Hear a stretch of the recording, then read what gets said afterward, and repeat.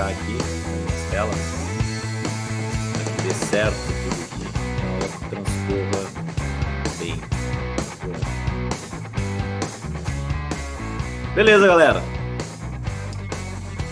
Seguinte, então hoje nós vamos começar a aula de termologia parte 2, né, a parte de equilíbrio térmico e mudanças de fase. E aí a gente vai, como eu falei para vocês anteriormente, a gente está finalizando o nosso conteúdo, tá? Na aula passada nós estudamos um pouco sobre escalas termométricas, certo? Nós começamos a ver essas escalas, as principais, né?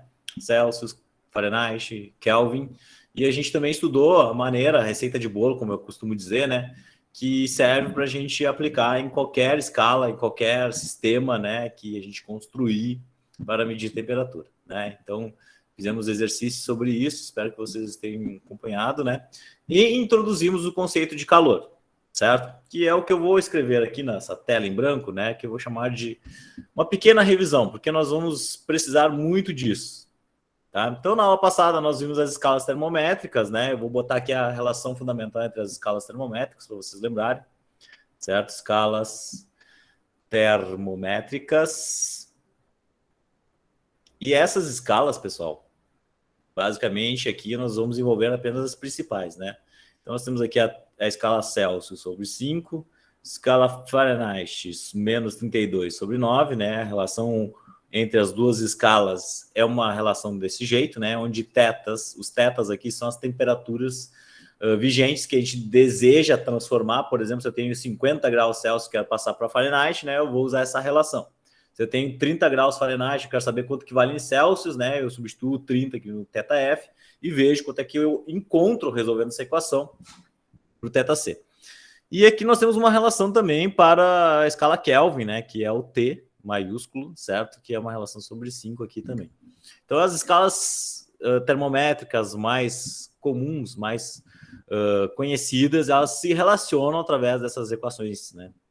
Então, o bom uso delas eu mostro na última aula, então se vocês têm alguma dúvida, né? Espero que não, podem dar uma olhadinha lá na videoaula também, certo? Que eu mostro como é que se resolve, faço passo a passo. E demonstro também como é que a gente obtém essas relações aqui, que é a receita de bolo, como eu costumo dizer, né? Receita de bolo para a gente obter uma relação entre qualquer escala termométrica que existe. Bom, depois nós conceituamos calor, né? Calor que nada mais é que energia em trânsito, certo? Energia em trânsito. Basicamente, para nós termos calor, pessoal, nós precisamos de dois corpos com temperaturas distintas. Então, nós temos um corpo A e um corpo B aqui, certo? A temperatura do corpo A é maior que a temperatura do corpo B, certo? Lembrando que o conceito de temperatura é um conceito relacionado à maneira como as moléculas estão vibrando, né? Relacionada à vibração das moléculas. Se a temperatura de A é maior que a temperatura de B, né? Então, nós teremos a transferência de energia. E essa transferência de energia que vai sempre do corpo de maior temperatura para o de menor temperatura é o que nós chamamos de calor, certo? E nós podemos calcular o calor recebido ou o calor doado por um corpo por uma relação, que é uma relação de calor, né? O Qzão para nós significa calor, certo? Então, esse cara aqui é a definição de calor. Então, o calor para nós ele é uma relação de massa, a massa envolvida, vezes o calor específico, vezes variação de temperatura, né? Então, lembrando que M é a massa do corpo, né? Que nós estamos adicionando ou removendo calor. C com esse chapéuzinho aqui, com esse tracinho em cima, é o que nós chamamos de calor específico. Calor específico, certo? E a variação de temperatura, delta θ aqui, né? Variação de temperatura. Certo? Então, são essas grandezas físicas envolvidas, né, quando nós estamos falando em calor. Também apresentamos uma outra grandeza física que nós chamamos de capacidade térmica, certo? A capacidade térmica, ela diz respeito quando nós temos objetos ou corpos, certo? E ela envolve a relação de calor específico, né? Então, a capacidade térmica é a massinha vezes calor específico. Se a gente pegasse uma equação para o calor envolvendo a capacidade térmica, seria apenas Czão vezes variação de temperatura, né? Então, a gente modificaria a equação desse jeito. Lembrando que o calor específico ele diz respeito a uma substância, certo? Água, metal como ferro, ouro, né? E a capacidade térmica geralmente é dada a um objeto, a um corpo, né? Por exemplo, uma térmica. Uma térmica é um corpo, é um objeto. Então, este objeto ele tem uma capacidade térmica, certo? Se a gente for falar apenas lá do vidro que está no interior dela, aí a gente usa o calor específico, aí é o vidro, né? Estou sendo bem específico na substância. Então, basicamente, são essas as grandezas físicas que nós estudamos na semana passada, né? Envolvidas, obviamente, em um conceito teórico, né? Por trás disso que eu explanei para vocês. E hoje, o que a gente vai fazer? Hoje a gente vai fazer isso aqui, ó, né? A gente vai considerar um sistema fechado, tá? Basicamente. Por que um sistema fechado? Para que ele não interaja com o ambiente. A gente sabe que o ambiente ele pode modificar as coisas que acontecem, né, à nossa volta, né? Então, o calor do ambiente ou o frio do ambiente, ele vai interagir, né? A gente sabe que nós perdemos calor para o ambiente quando está frio e quando está calor nós absorvemos o calor do ambiente, né? Por isso nós sentimos ficamos suando, né? Que é uma forma de proteção do corpo para estabilizar a nossa temperatura, que tem que ser estável em torno de 36 graus. Então, quando a gente considera um sistema fechado, quer dizer que esse sistema ele não está alheio ao que está acontecendo no ambiente, certo? Ele não interage com o ambiente. E aí a gente coloca dois objetos lá dentro, né? Um objeto A e um objeto B. Não sei se dá para ver bem, mas esse aqui é o objeto B, tá? E esse aqui é o objeto A. Esses dois objetos, então, eles têm temperaturas distintas. O objeto B tem uma temperatura maior que a temperatura do A. Logo, o objeto B vai doar calor, certo? Ele vai ceder calor para o objeto A. Esse é o processo da natureza. O objeto que está com que tem mais temperatura, ele sempre cede calor para o que tem menor temperatura. Beleza, tá? Se o B perde calor, a gente pode dizer que ele tem um valor de Q negativo, porque ele perdeu calor, né? E o A, como ganha calor, ele vai ter um valor positivo, ele ganhou, certo?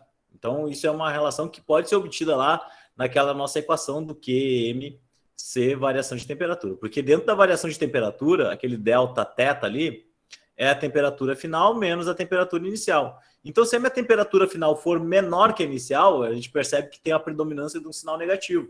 E isso vai culminar, então, na minha equação um Q negativo, né? Que é quando a gente perde calor, que é a temperatura diminui, né? Quando ganha calor, a temperatura aumenta, né? Então, a temperatura final é maior que a inicial e aqui resulta em um sinal positivo, certo? Bom, o que mais? Após algum tempo, o que acontece, né, gente? Então, ali os dois objetos estão interagindo, trocando calor, né? Só que isso aqui tem uma validade. Qual é a validade? A validade é quando eles atingem a mesma temperatura. Então, como um está cedendo calor e o outro está recebendo calor, né? O que está cedendo calor, ele vai diminuir a sua temperatura. O que está ganhando calor vai aumentar a sua temperatura. Até que eles chegam na temperatura que nós chamamos de temperatura de equilíbrio térmico, certo? E essa temperatura de equilíbrio térmico, né, ela pode ser obtida por uma equação que nós chamamos de condição de equilíbrio térmico, certo? Onde nós somamos os calores envolvidos pelo objeto A e pelo objeto B e igualamos a zero. Se a gente somar as quantidades de calor, já que um vai ter um calor positivo e o outro vai ter um calor negativo, e o que um perdeu, o outro ganhou, essa continha tem que ser igual a zero. Por isso que a gente chama isso aqui de condição de equilíbrio térmico. E basicamente, esses Qs são as relações de MC delta θ, né? Então, aqui com o delta θ aberto, né? Com a temperatura final menos a temperatura inicial, né? E o grande lance é que a temperatura final deles tem que ser igual. Temperaturas finais são iguais. Então, logo, basicamente, essa é a condição de equilíbrio térmico, tá? Beleza? Bom, sabendo a condição de equilíbrio térmico, né, a gente pode ver um objeto que consegue mais ou menos isolar o ambiente, né? E este objeto é o que nós chamamos de calorímetro. Então, o calorímetro é um objeto que ele tem um isolamento térmico tão bom, certo? Que ele não permite interações do ambiente com a sua parte interna. Então, quando a gente vai fazer experimentos envolvendo calorimetria, né? Basicamente, a gente vai utilizar esse calorímetro, né? Ele já vem acoplado aqui um termômetro, certo? Nós temos um agitador térmico aqui também, né? Caso seja necessário misturar as substâncias, tá? E aí a gente pode colocar aqui água quente e água fria e ver qual é a temperatura de equilíbrio térmico, por exemplo, né? Qual é a temperatura que vai se estabilizar. E a gente faz isso com o auxílio do agitador, né, que vai possibilitar melhor essa mistura, né? E o termômetro é pelo qual nós cuidamos até a temperatura se estabilizar. Quando a temperatura se estabiliza, significa que nós atingimos o equilíbrio térmico. Beleza? Então, sabendo disso, vamos fazer um exercício aqui, né? Vamos pegar aquele mesmo exercício e vamos considerar o seguinte, que nós temos uma barra de ferro, um quadradinho de ferro ali, e nós temos um quadradinho de alumínio. E aqui estão os dados deles. Vejam só. Dentro desse ambiente fechado que eu coloquei o objeto A, que é o ferro, ele tem 200 gramas e está a uma temperatura de 10 graus Celsius, certo? O objeto B ele tem 300 gramas e está a uma temperatura de 70 graus Celsius, beleza? Então, o que eu quero? Eu quero saber qual é a temperatura final de equilíbrio térmico. É isso que eu quero nesse exercício. Tem dois objetos com temperaturas distintas, né? Calores específicos diferentes, inclusive, né? E eu quero saber qual é a temperatura final de equilíbrio. Então, para a gente fazer isso, eu vou aplicar a condição de equilíbrio. QA mais QB igual a zero. Basicamente isso, certo? Quem é o A? O A é o ferro, né? Então, eu vou colocar aqui, ó, sabendo que Q, gente, lembrando que o Q é MC, variação de temperatura, né? Então, aqui o M é 200 gramas, o Czinho dele vale 0,11, vezes a temperatura final que eu quero descobrir, certo? Qual é a temperatura final, menos a temperatura inicial, que é 10. Mais as 300 gramas do objeto B, vezes o 0,22, que é o seu calor específico, certo? Vezes a temperatura final, que é a mesma do objeto A, os dois vão atingir o equilíbrio térmico, né? Menos sua temperatura inicial, que é 70. E isso aqui eu vou igualar a zero, tá? Perfeito. Tá aí, bonito, né? O que eu vou fazer? Vou resolver esse exercício, né? Aqueles 200 ali eu já posso começar multiplicando por 0,11. Então fica um negócio assim, ó, fica 22. Então nós temos 22 aqui, θf menos 10, mais 300 vezes 0,22. 300 vezes 0,22. Isso aqui dá 66. 66, θf menos 70. 66, deixa eu melhorar esse 66 aqui, né, gente? θf menos 70, que é igual a zero. Tá aí, gente. O que eu vou fazer aqui agora? Vou pegar esse 22, vou fazer o chuveirinho, multiplica pelos dois termos, né? Então, nós temos 22 vezes a temperatura final, menos 220, né? Que é 22 vezes 10. Mais 66 vezes temperatura final, menos 66 vezes 70. Isso aqui dá 4.620. Menos 4.620. Isso aqui é igual a zero. O que eu vou fazer aqui, gente? Vamos somar os iguais. 22 e 66, né? Somando esses dois carinhas aqui, o que a gente obtém? 88. 88 θf. Aqueles valores ali que não tem o θf, a gente pode somar também. Então, 4.620 e menos 4.620 menos 220. Então, isso aqui é uma soma, né? Isso aqui dá 4.840. Que é igual a zero. O que eu faço? Passo esse termo para o outro lado, né? Isso aqui ficamos com 88 θf, que é igual a 4.840 positivo, né? Graças a Deus deu positivo, a temperatura tem que dar positiva, porque ela tem que dar entre 10 e 70. Se eu achasse um valor menor que 10 ou maior que 70, eu estou fora do espectro possível de calor, né? Eu não posso ter um objeto ganhando calor, sendo que o outro objeto tem 10 graus, né? Então não pode acontecer isso. 4.840 sobre 88. Então isso aqui vai dar quanto? 4.840 dividido por 88. Isso aqui dá 55. Muito bem. Deu um valor entre 10 e 70 graus. Como era esperado, a temperatura é 55 graus Celsius. Essa aqui é a temperatura de equilíbrio térmico. Então, se a gente colocar esses dois objetos nessa mesma situação, como eu estou descrevendo aqui, a temperatura final deles seria 55 graus Celsius. Certo? Beleza. Alguma dúvida? Não? Então seguimos. Bom, daí então, galera, eu vou falar agora sobre as fases da matéria. Porque acontece o seguinte, a gente vai precisar estudar as fases da matéria, porque quando a gente, em algumas situações, a gente vai fazer o equilíbrio térmico, né? Por exemplo, eu quero tomar uma coca bem gelada, né? Um Sprite, um Guaraná, sei lá, qualquer coisa. Um refri, né? E aí, meu refri está, sei lá, temperatura ambiente, 20 graus. Eu quero gelar esse refri, né? O que eu vou colocar? Vou colocar pedras de gelo. Pedras de gelo que estão no freezer deve estar a menos 5 graus Celsius, né? E aí eu quero entender qual é a temperatura final que eu vou ter desse equilíbrio quando eu coloco as pedras de gelo, que vão acabar esquentando, certo? Mas ao mesmo tempo que elas estão esquentando, elas estão esfriando o refri, porque o refri vai perder calor para realizar a mudança de fase do gelo ali, né? O gelo se tornar líquido, certo? E isso vai fazer com que a minha bebida tenha uma temperatura final de equilíbrio térmico, né? Entre 20 e menos 5. Possivelmente ali em torno de 5 graus, que aí a bebida estaria bem gelada, né? Bom, para a gente compreender esse processo que no meio dele tem uma mudança de fase, a gente precisa estudar as fases da matéria, que todo mundo conhece, né? As principais, pelo menos, né? Nós temos sólido, líquido e gasoso. Sólido, então, nós temos as partículas muito bem arranjadas, como vocês estão vendo aqui, né? No líquido, nós temos essas partículas já com as suas ligações químicas parcialmente quebradas, né? Então, as moléculas ainda estão juntas, mas elas não estão tão formando cristais, como a gente está observando aqui nessa outra situação.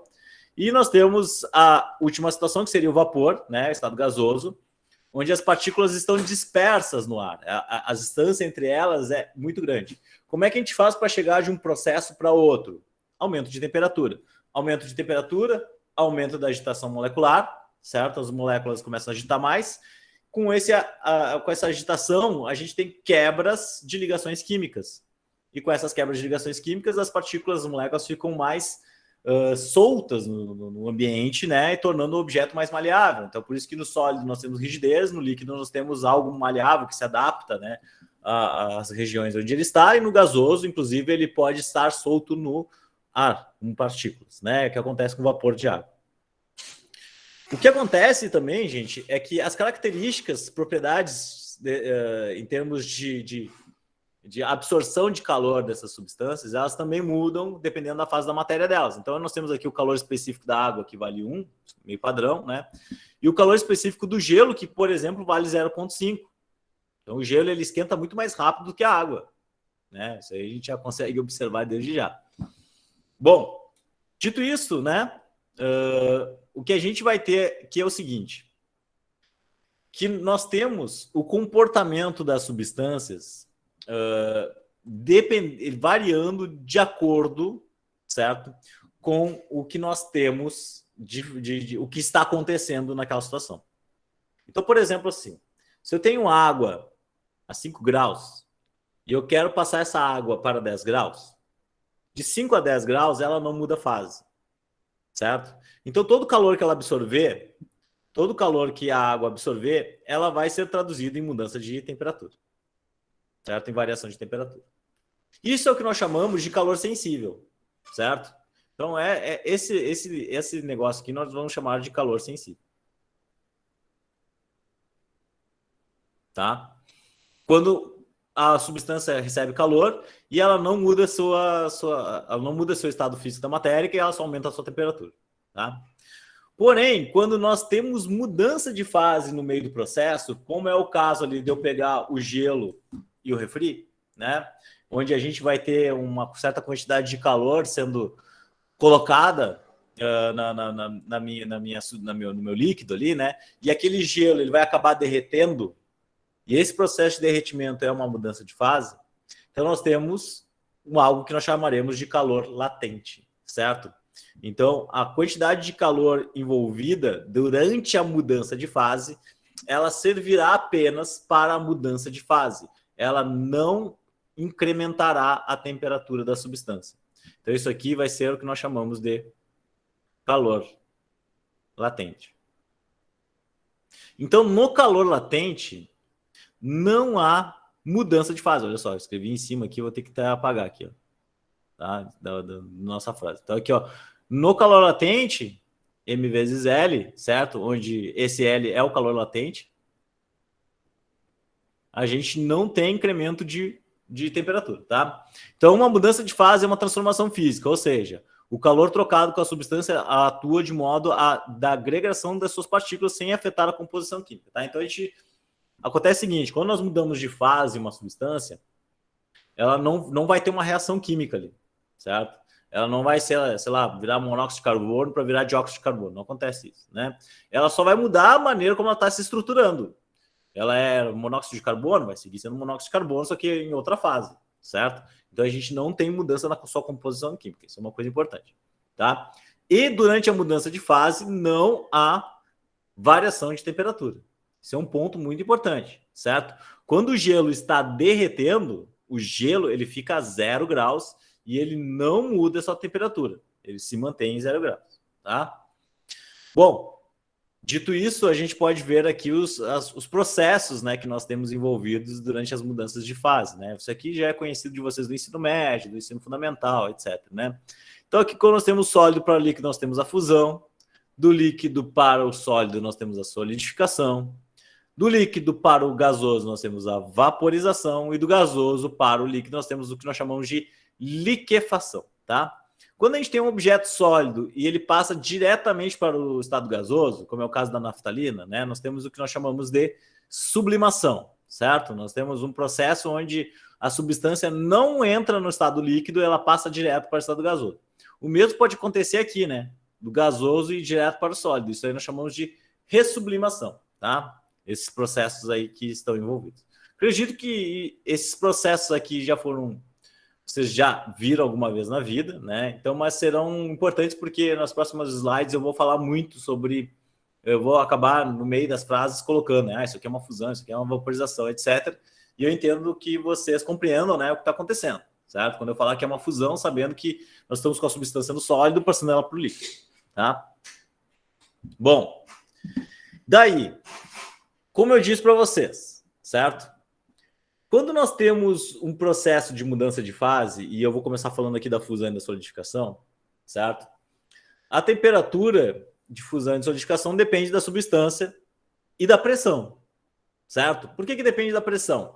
Porque a gente já ouviu falar alguma vez na vida que quando nós estamos no nível do mar, a mudança de fase da água, ela acontece nas temperaturas conhecidas. 0 graus e 100 graus Celsius. Né? 0 graus para fazer a fusão, 100 graus Celsius para fazer a vaporização. Certo?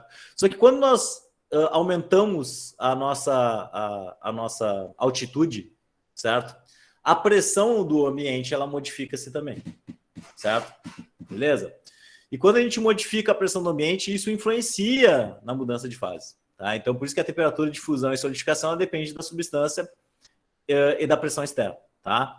Durante a fusão e a solidificação, as temperaturas, então, como eu disse para vocês, permanecem constantes. Então, se nós temos um cubo de gelo que está mudando de fase, está indo para a fase líquida, a temperatura dele era 0 e ele vai se manter com aquela temperatura de 0 até estar totalmente liquefeito. Tá? Mantendo-se constante a pressão externa por unidade de massa, uma substância absorve determinada quantidade de calor durante a fusão e libera uma quantidade igual de calor na solidificação. Isso é aquele processo que eu digo para vocês, né, que a quantidade de calor absorvida durante a mudança de fase é o calor latente, que é essa multiplicação de massa vezes a constância de latência, certo? Essa constante de calor latente, que nós chamamos aqui, ela pode ser obtida a partir dessas tabelas aqui. Então, por exemplo, aqui, ó, a água, todo mundo sabe que faz a fusão a 0 graus. Tá aqui, 0, né? A quantidade de calor por grama que eu preciso fornecer para fazer a fusão é 80 calorias por grama. Eu preciso de a cada grama de gelo 80 calorias para fazer a fusão dela, tá? Por exemplo, aqui o álcool etílico, que faz a fusão a menos 114, ele precisa de bem menos energia, ele precisa de 25 calorias por grama, né? Vamos pegar uma substância que precisa de bastante aqui, o cloreto de sódio. O cloreto de sódio ele faz a fusão a 800 graus Celsius e ele precisa de 124 calorias a cada grama dele para fazer a fusão, certo? E assim por diante. Aqui o ouro, ó. O ouro ele faz a fusão a 1.663 graus, né? Uma temperatura extremamente alta. O ferro a 1.535. Eles não precisam de muitas calorias aqui depois que ele atinge essa temperatura. Então, olha só. Eu tenho que levar o ouro e o ferro até essas temperaturas vigentes aqui. Quando chegou nessa temperatura, aí que vai entrar em cena o calor latente. Aí que o calor latente vai começar a atuar e vai fazer a mudança de fase da substância, certo? Enquanto estamos adicionando calor e ele está aumentando a sua temperatura, nós temos calor sensível, certo? No que chegou na temperatura de fusão, pá, a gente vai calcular a quantidade de calor absorvida e recebida pelo calor latente, tá? Essa é a ideia. Bom, este gráfico aqui, ele nos ajuda a dar uma entendida, né, de como acontecem os processos dependendo da pressão, certo? Então, por exemplo, aqui nós temos dois valores de pressão diferentes, certo? Isso aqui é um processo que acontece na maioria das substâncias, certo? Quando nós aumentamos a pressão envolvida sobre a substância, né, perceba que a temperatura de fusão dela aumenta. A temperatura aqui que no ponto 1, pressão 1, ela tinha uma temperatura de fusão aqui, θ1, quando eu aumento a pressão envolvida, aumentando a pressão envolvida, a temperatura de fusão dele ela aumenta. Se antes era 50 graus para fazer fusão a substância, se colocar essa substância numa região de maior pressão, a temperatura pelo qual ela vai fazer a fusão vai ser uma temperatura maior que 50 graus, certo? Então essa é a relação entre pressão e mudança de fase, tá? Porém, existem outras substâncias que têm um comportamento um pouco que a gente chama de anômalo, tá? Um comportamento um pouco diferente. E essas substâncias aqui a gente percebe que quando a gente diminui a pressão, a temperatura aqui vai aumentar. Então aqui, ó, nesse caso aqui a pressão 1 é maior que a pressão 2, mas a temperatura de fusão aqui, olha só, ela aumenta quando eu diminuo a pressão. Mas isso aqui são para substâncias bem específicas. São, se não me engano, são 3 ou 4 substâncias que fazem esse processo. A maioria delas tem este comportamento aqui, tá? Poucas substâncias têm este comportamento. Já digo para vocês que uma das substâncias que tem este comportamento um pouco diferenciado, uma delas é a água, tá? A água tem um comportamento anômalo, certo? Quando ela chega naquela temperatura de fusão. Bom, o que mais? Vaporização. Galera, na vaporização a gente vai ter que dividir as coisas em dois tipos. Tem dois tipos de maneira de vaporizar os elementos, né? Nós temos a ebulição, que é aquela passagem turbulenta, né? Onde eu vou lá, coloco minha panela no fogo com água, o fogo faz o trabalho dele, né? Leva a temperatura até chegar aos 100 graus, por exemplo, da água, né? E aí, aquela mudança drástica de fase, né? A água se tornando vapor rapidamente, tá? Temos um outro processo que é o mais lento, que nós usamos muito também, que é o processo de evaporação. O processo de evaporação ele vai ser devido ao ambiente. Então, ele depende também muito da área de superfície livre, certo? Isso é aquela famosa frase que as nossas mães sempre falam, né? Que a gente não pode estender a roupa amontoada. Porque quando a gente estende a roupa amontoada, né, a gente lavou a roupa, ela está encharcada, né? Aí eu vou lá e estendo a minha roupa amontoada. O que acontece? Acontece que a área de superfície livre dela é muito pequena quando ela está amontoada, certo? Daí a evaporação, que é o que eu quero que aconteça para secar a roupa, né? Ela vai ficar prejudicada. Se eu esticar bem a minha roupa, a área de superfície livre ela aumenta e vai permitir uma melhor evaporação, certo? Bom, a gente também tem aqui que as questões de pressão, né, gente? Então, as pressões aqui, ó, diferentes valores de pressão envolvida, certo? Também vão resultar em diferentes valores de temperatura de evaporação, de vaporização, certo? Aqui nós temos uma temperatura 1, olha só. Quando eu aumento a pressão, aumento também a temperatura pelo qual ele vai fazer a vaporização, certo? Assim como acontecia na fusão para a maioria das substâncias, tá? Então, neste caso aqui, é aquela famosa história, né, que a gente sempre costuma contar, que, por exemplo, quando aqui quando a gente está no que chamamos de nível do mar, né, e nossas cidades aqui do Noroeste, a maioria é no nível do mar, né, há uma ou outra que está um pouquinho acima, mas é pouca diferença, né, a gente não está na serra. As temperaturas de vaporização e difusão são 0 e 100, né? Porém, se a gente subir o morro, né, escalar os Andes aqui para o lado, né, que estão ali na Argentina, e a gente alcançar altitudes grandes, a gente vai perceber que a pressão atmosférica ela vai diminuir, certo? Por que a pressão atmosférica vai diminuir? Porque a quantidade de partículas de oxigênio vai ser menor e obviamente, se temos menos partículas no ambiente, nós temos uma pressão menor. Se temos uma pressão menor, vai ser mais difícil da gente respirar. A água também vai vaporizar numa temperatura menor. Certo? Ao invés de vaporizar 100 graus, ela vai vaporizar 96, 92, etc. Né? Dependendo da altitude, até 88 graus, né? E assim por diante. Então, a vaporização ela tem uma relação direta com a pressão, assim como a fusão. Tá? Aqui tem alguns exemplos, né, gente? Por exemplo, aqui, ó, Recife, que é nível do mar, temperatura de ebulição da água é 100 graus. Em São Paulo, que já tem uma certa altitude, olha só, 760, quase 1 quilômetro, né? Próximo de 1 quilômetro, a temperatura de ebulição já é 98. Em Brasília, né, que é uma informação, inclusive, que a gente nem sabe, né? Mas Brasília tem mais de 1 quilômetro de altitude, olha só, 1.172 metros de altitude. A pressão atmosférica já baixa para 660 milímetros de mercúrio, né? Aquela unidade que a gente já estudou. E a água lá em Brasília, ela ferve a 96 graus Celsius, né? Então, em Brasília é tudo diferente, inclusive a temperatura que a água ferve, como vocês estão vendo aqui. Tá? Beleza, galera. O que nós temos que ter ideia? Simples. Primeiro, eu ponho uma barra de gelo e eu vou esquentar essa barra de gelo. Essa barra de gelo ela vai de menos 10 até 0 e é a troca de calor que ela recebe, o calor que ela recebe a gente calcula pelo calor sensível.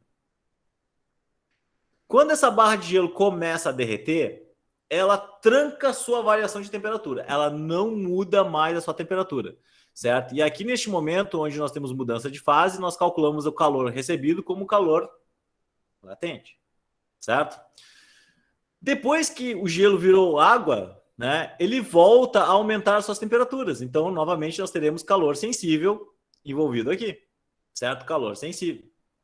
E se ele atinge a temperatura de vaporização, os 100 graus Celsius, né, novamente nós temos mudança de fase e aí nós temos o calor latente de vaporização, certo? Aqui nós temos o calor latente de fusão e aqui nós temos o calor latente de vaporização. Então, ó, vejam só que um simples ato de descongelar um gelo e vaporizar ele, né, nós temos 4 tipos de calor desenvolvidos, né? Aqui calor sensível para o gelo, aqui calor latente de fusão, calor sensível para a água, calor latente de vaporização. Se a gente fosse calcular todo o calor envolvido, eu teria que calcular esse aqui primeiro, depois esse aqui, depois este aqui, depois esse aqui. Para a gente saber qual o calor total, todo o calor envolvido nesse processo, certo? É inclusive isso que eu acredito que eu vou fazer nesse exercício, certo? E vou montar o gráfico dele, tá? Então, olha só, nesse exercício eu tenho 300 gramas de gelo a menos 20 graus, certo? Sob pressão normal. Pressão normal significa que ele vai fazer fusão a 0 e se fosse chegar a temperatura de vaporização a 100, ele ia fazer vaporização a 100 graus, né? Ele me dá aqui o calor específico do gelo, ali 0,5, o calor específico da água, calor latente de fusão, 80 gramas por graus Celsius, né?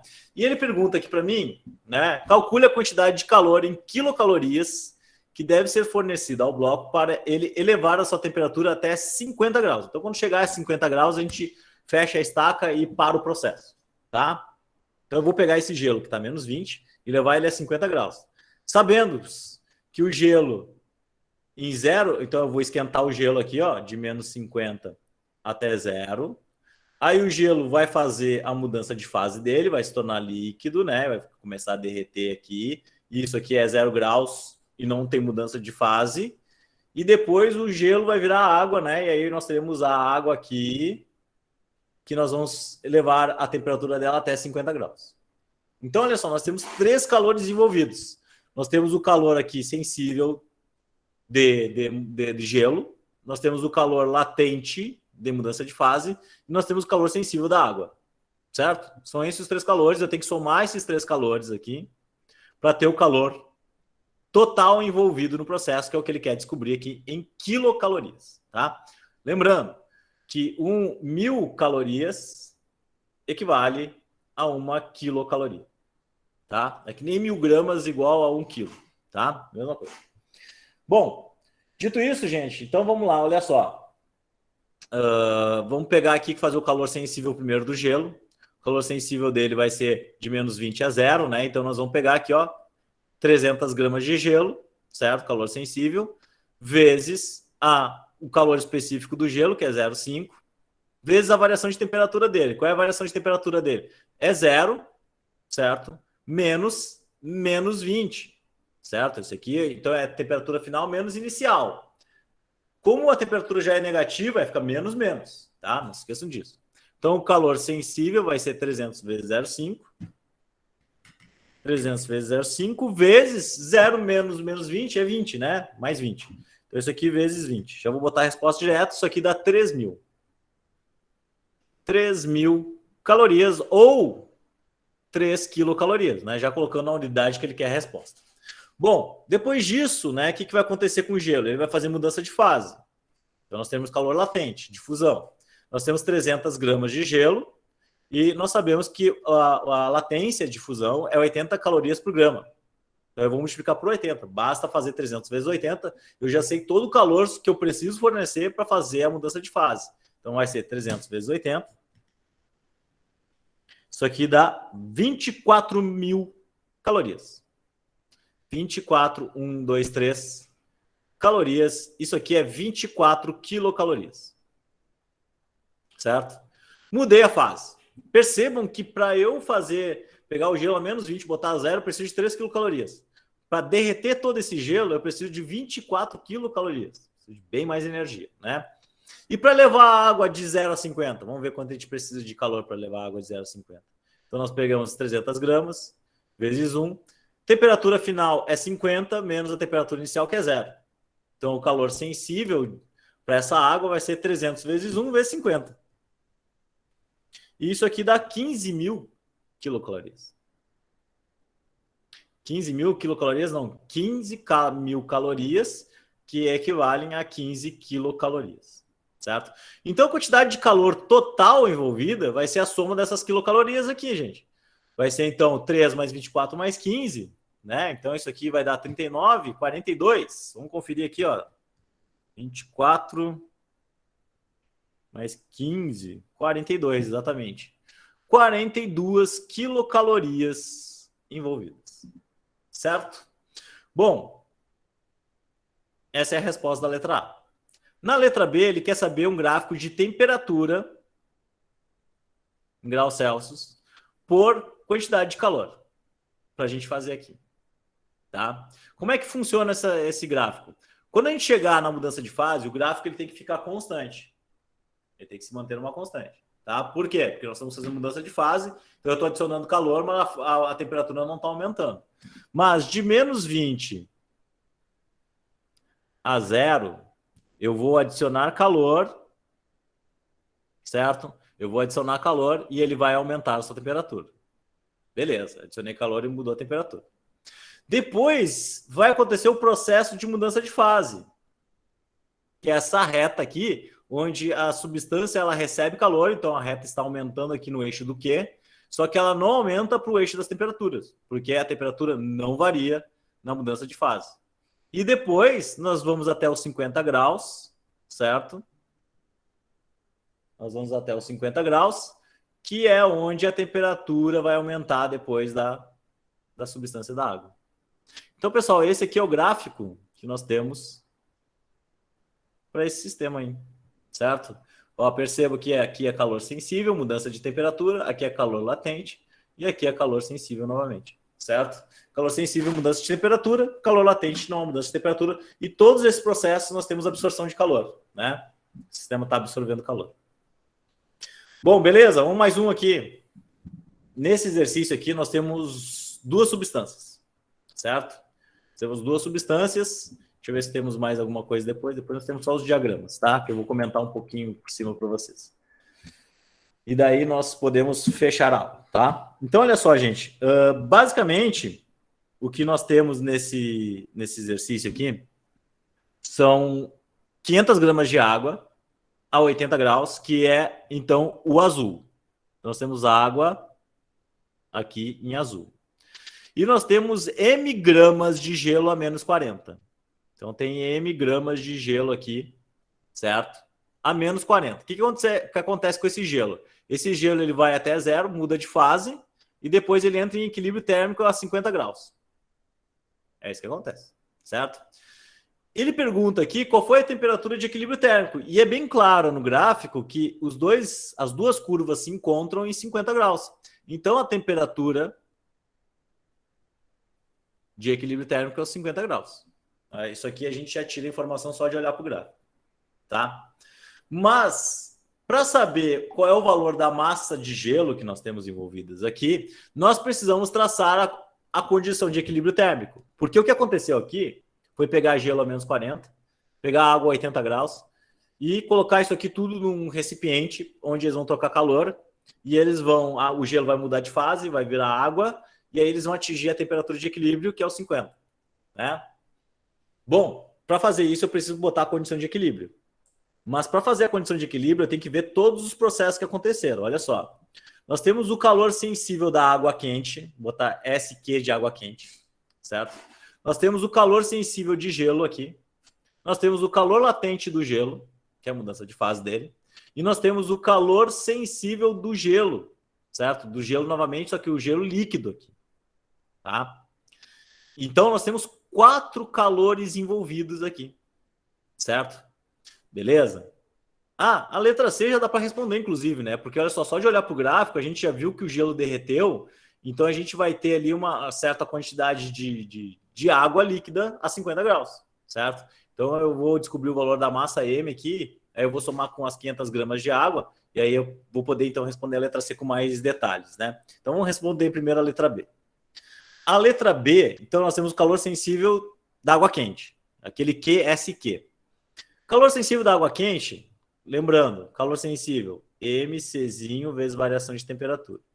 Calor latente, M vezes L, certo?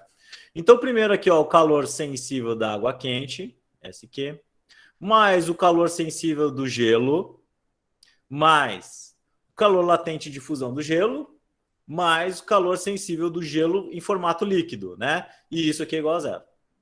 Eu tenho que somar todos esses calores envolvidos para a condição de equilíbrio térmico, tá?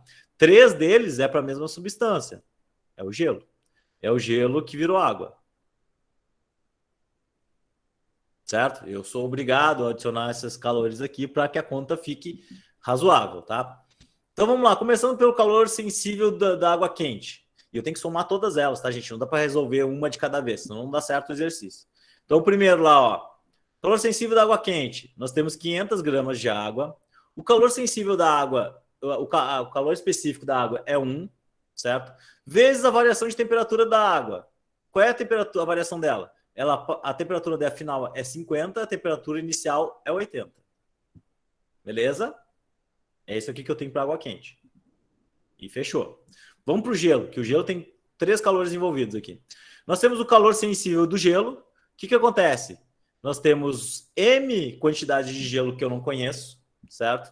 Vezes 0,5, que é o calor específico do gelo, vezes a temperatura final dele. Bom, dentro desse processo, a temperatura final do gelo é 0, certo? Que é o zero. Quando ele chega no 0, vai fazer outra coisa, vai fazer mudança de fase. Então, para esse primeiro QSG aqui, eu tenho que considerar a temperatura final, que é de gelo.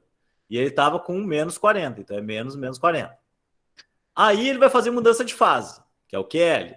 Então eu vou pegar as M massas de gelo e multiplicar por 80, que é o calor latente de fusão, certo? E vou somar aqui com essa quantidade de gelo também, que já virou líquido, então o calor específico é 1, e essa temperatura dele vai até 50 graus e ele parte do zero. E isso aqui é igual a zero, né? Condição de equilíbrio térmico. Beleza. Então, vamos resolver cada um desses termos, ver o que a gente pode somar e achar o valor de M, que é o que ele pede na letra B, certo? Então, nós temos aqui, ó, 500 vezes 1, que a gente sabe que vale 500. 50 menos 80 é menos 30. Então, a gente multiplica por menos 30, né? Então, fica aqui por menos 30. Isso aqui vai dar menos 530. Então, vou botar em preto aqui já as respostas, ó. Menos 530. Certo? Mais M vezes 0,5 vezes menos 40. Menos 40 é mais 40.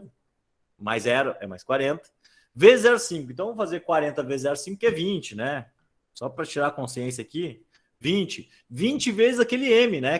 Que eu não sei qual é o valor dele, então tem que levar ali junto. 20M. Inclusive é o que eu quero descobrir, né? O M.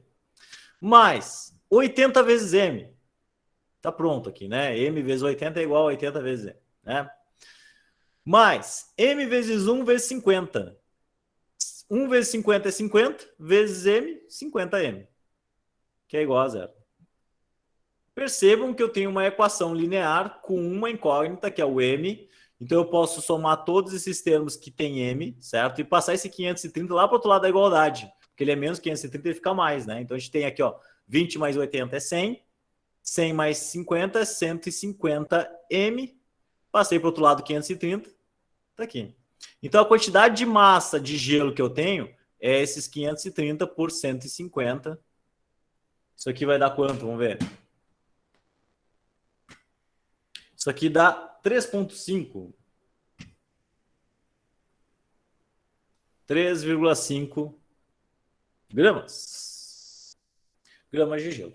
Então, eu tenho 3,5 gramas de gelo envolvidos aqui. Vou dar uma conferida aqui, ver se eu não perdi nenhum sinal.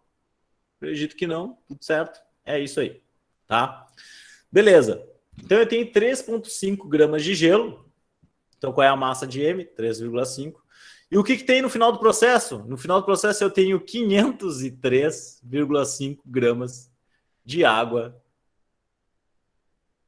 a 50 graus Celsius. Certo? É isso que eu tenho no final. Beleza? Peguei 500 gramas de água, botei 3,5 gramas de gelo a menos 40, né? A temperatura do gelo era muito baixa, por isso que baixou bastante a temperatura da água, né? Porque ela teve que ceder muito calor, né?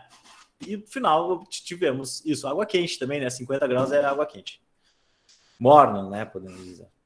Beleza, galera. Esse aqui é um exercício que envolve tudo, porque ele envolve mudança de fase e equilíbrio térmico, tá? Então, prestem atenção como se resolve, apliquem a condição de equilíbrio térmico. Eu não posso calcular o calor separadamente de cada um deles. Não posso, tá? E, por final, gente, eu vou mostrar uma coisa para vocês que se chama diagramas de fase, tá? Para finalizar a nossa aula. Os diagramas de fase é uma maneira da gente representar as fases da matéria a partir de gráficos, como vocês estão vendo aqui, certo? Cada substância vai ter gráficos diferentes, certo? Então aqui, sei lá, pode ser da água, aqui pode ser de outra substância, sei lá, ferro, sei lá, qualquer substância, né? Álcool, não sei. O que a gente tem que observar? Essas linhas. Dentro dessas linhas aqui, e aqui nós temos valores de pressão e temperatura, a gente percebe que dependendo da pressão e da temperatura, eu vou ter uma substância aqui neste ponto 1 aqui, por exemplo. Opa! Neste ponto 1. Se eu tenho uma substância aqui e eu só mudo a temperatura dela, a gente percebe que essa substância ela vai do sólido para o vapor direto, ela faz sublimação. Porém, se eu estou nessa parte aqui em cima e eu aumento a temperatura dela, ela vai para o líquido e depois, se eu continuar aumentando, ela vai para o gasoso, que é o processo mais comum. Certo? Então, por isso, esse diagrama de fase nos dá essa ideia de como podem ocorrer as mudanças de fase numa substância. E o que mais? Ele nos oferece uma coisa que nós chamamos de ponto T. O ponto T é a junção de todas essas curvas, que é o que nós chamamos de ponto triplo da substância. É um ponto onde coexistem, certo? A substância nas três fases da matéria ao mesmo tempo. Então, existe um ponto que depende da pressão e da temperatura, onde a substância ela se encontra nas três fases da matéria. Se vocês duvidam disso, né, podem pegar o YouTube depois e pesquisar por ponto triplo. Tá? Pesquisem por ponto triplo e vocês vão ver vídeos das pessoas chegando ao ponto triplo. Né? É bem diferente, obviamente isso é feito em laboratório, porque os valores de pressão são bem diferentes do que nós temos no ambiente. Né? E quando chega nesse ponto triplo, a gente vê a substância com as três fases coexistindo ao mesmo tempo. Ela é vapor, gás e vapor, líquido e sólido ao mesmo tempo. É bem diferente, tá? E ao mesmo tempo que nós temos o ponto triplo, nós temos um ponto que nós chamamos de ponto crítico, que quando nós atingimos esse ponto crítico, que depende da pressão e da temperatura também, valores bem altos, vocês estão vendo aqui, né? a substância ela tem um comportamento que ela se transforma em um gás. E um gás é uma substância que, para ela mudar de fase, voltar a ser líquida, voltar a ser sólida, né? Eu posso pegar esse gás e fazer variações de pressão nele, que ele se mantém sendo um gás. Certo? Quando ele atinge esse ponto crítico, a substância atinge o ponto crítico, ela se torna um gás. E quando ela é um gás, eu posso brincar com a pressão em cima dela, que ela não vai mudar o seu estado físico da matéria. Ela só vai mudar o seu estado físico da matéria quando diminuir a temperatura. Certo? Então, esse é um ponto interessante para nós aqui. O ponto crítico, que é o ponto pelo qual a substância ela se torna um gás. E aí, quando ela é um gás, eu posso brincar com a pressão. Isso aí é muito interessante porque tem várias aplicações práticas dentro da tecnologia de máquinas, né, que utilizam gases. Beleza? Então, a substância está ali, ela virou um gás, eu posso brincar com a pressão em cima dela, posso aumentar a pressão, posso diminuir a pressão dela, que ela não muda o estado físico da matéria. Certo? Bom, galera, como eu disse, tem 2 exercícios aqui para vocês fazerem. Exercícios parecidos com o que eu fiz hoje, tá? Os 5 e 11 aí. São 5 e 11 porque eu tirei de um livro, tá? E basicamente, então, vocês vão me entregar esses 2 exercícios para postar no Siga, tá? Postar no Siga são esses 2 exercícios. E eu vou entregar também para vocês a lista de exercícios.